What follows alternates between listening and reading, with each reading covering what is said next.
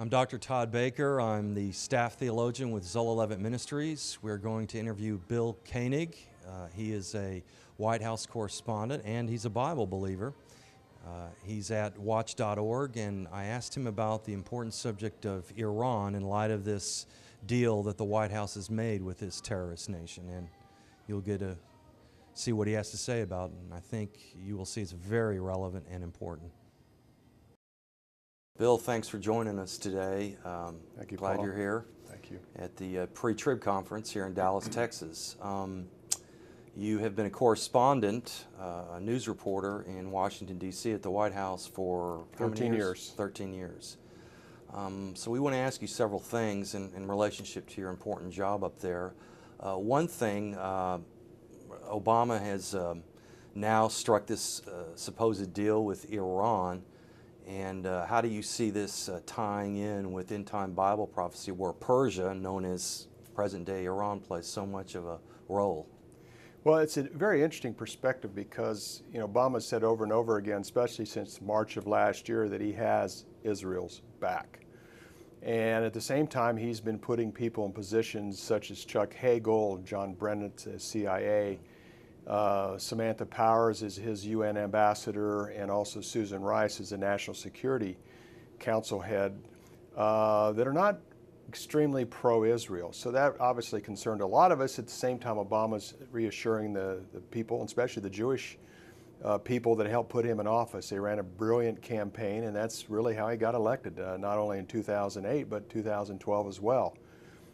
So from our biblical lens, we're concerned about the fact that the recent deal in Geneva with the P5, which is the 5 members of the UN Security Council, Russia, China, France, Britain, and the United States, and Germany, the +1, is a bad deal. It's a bad deal for Israel, it's a bad deal for the Middle East, but a good deal for Iran. So we started looking into scriptures more carefully, and obviously that's the lens which we watch the Middle East. And we looked at Jeremiah 49, 35 through 39. Okay. Which is a very interesting area of prophecy that's not talked about very often, but it talks about Elam, which is Persian, which would be Iran.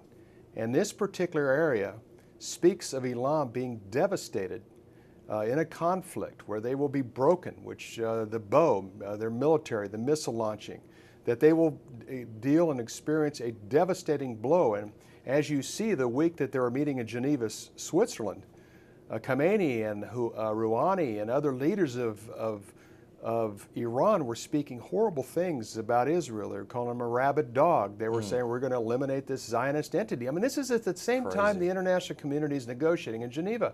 That should immediately be a reason to step away. That's a big red flag right there. Exactly. So, as Bible prophecy is, what is written will happen. And that's why we're looking as the Lord is allowing this leadership in Iran to become more boisterous and vocal and more militant, yeah, that He is going to allow this to happen, and they're going to experience, in my belief, a devastating defeat. Their people will be spread far and wide, and that the gospel will be spread out throughout Iran like never before. Amen. Amen. Well, and I'm sure you've heard of the historical analogy. Obama suing for peace with Iran is kind of like Neville Chamberlain, in 1938 at Munich. We have peace in our time, and he waved the white paper. I kind of see the same thing being done today with this, recent new deal with Iran. What are your thoughts on that? Absolutely agree with you. We're hearing a lot of people talk about that. People in Israel, within the administration, and also Charles Krauthammer. A lot of us appreciate his work here in the States with Fox. He said the same thing. A lot of people are comparing the Chamberlain-Hitler agreement with the U.S. P5 group's deal with Iran. A lot of parallels. I mean, do you not see this as a dangerous entity? Do you not realize that 56% of the world's oil is right there in the Persian Gulf and inside of Iraq and inside of Saudi Arabia? Do you not know that this is a conflict between Shia Islam and Sunni Islam? Do you know for the fact that Saudi Arabia is petrified of a nuclear Iran. They believe that they will be second after Israel. Do you not read, this intel? Do you not believe the intel that you're reading about this dangerous precedence that's being set in the Persian Gulf? And if Iran controls that oil through the Persian Gulf, it will bring the world economies to their knees. It's flabbergasting, really, to be honest with you. Correct me if I'm wrong, this agreement also still allows Iran to continue with nuclear enrichment? Yes, enrichment, I believe it's up to 5%, it might be up to 20%, but basically everything they've pretty much have already been working on, they have another 6-month period of pretty much work that they need to be, in their estimation, needs to complete the weaponry of the development of their nuclear bomb. I don't have all the specifics, but I do read this, to summarize it, yes, those things that were most crucial in terms of stopping this will not really be addressed fully until about 6 months out, and very likely Iran will already be finished. You know, it reminds me of when President Clinton was negotiating with North Korea, and he believed, hey, they're going to stop their endeavor to try to get nuclear weaponry, and they made a deal, and of course we know that North Korea reneged on it. Well, that's a perfect parallel. Senator Cruz brought that out this week. He did a great job of explaining the Clinton hopes with the '94 agreement with Korea and North Korea, and the fact that it hasn't worked at all. And the other sad irony to this is the fact that North Korea is working very closely with Iran. That's true. On how to disguise your program. And also they believe that a lot of the potential missile launching capabilities will be perfected in that North Korean-Iranian relationship without anything being done on Iran's shore in terms of a longer, more sophisticated missile.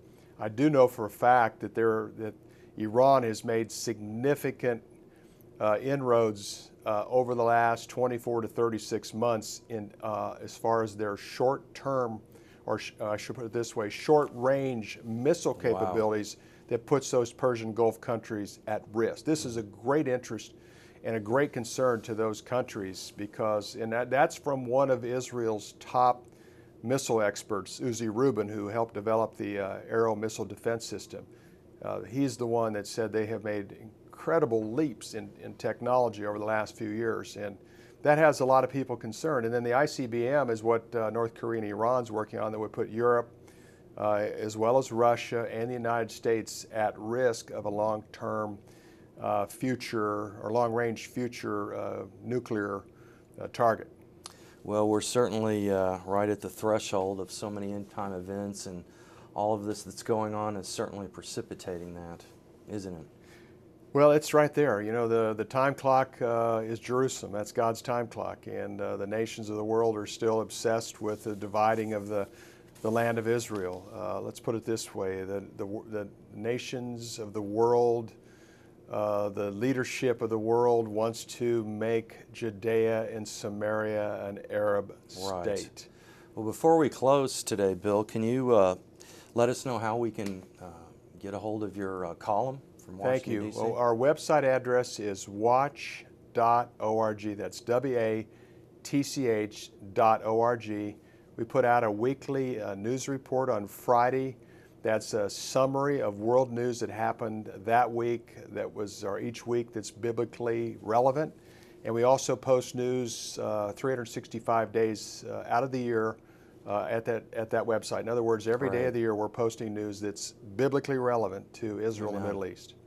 Well, thank you so much, Bill, and thanks for your insights. Thank you. Appreciate it. God bless you. God bless you. Thanks.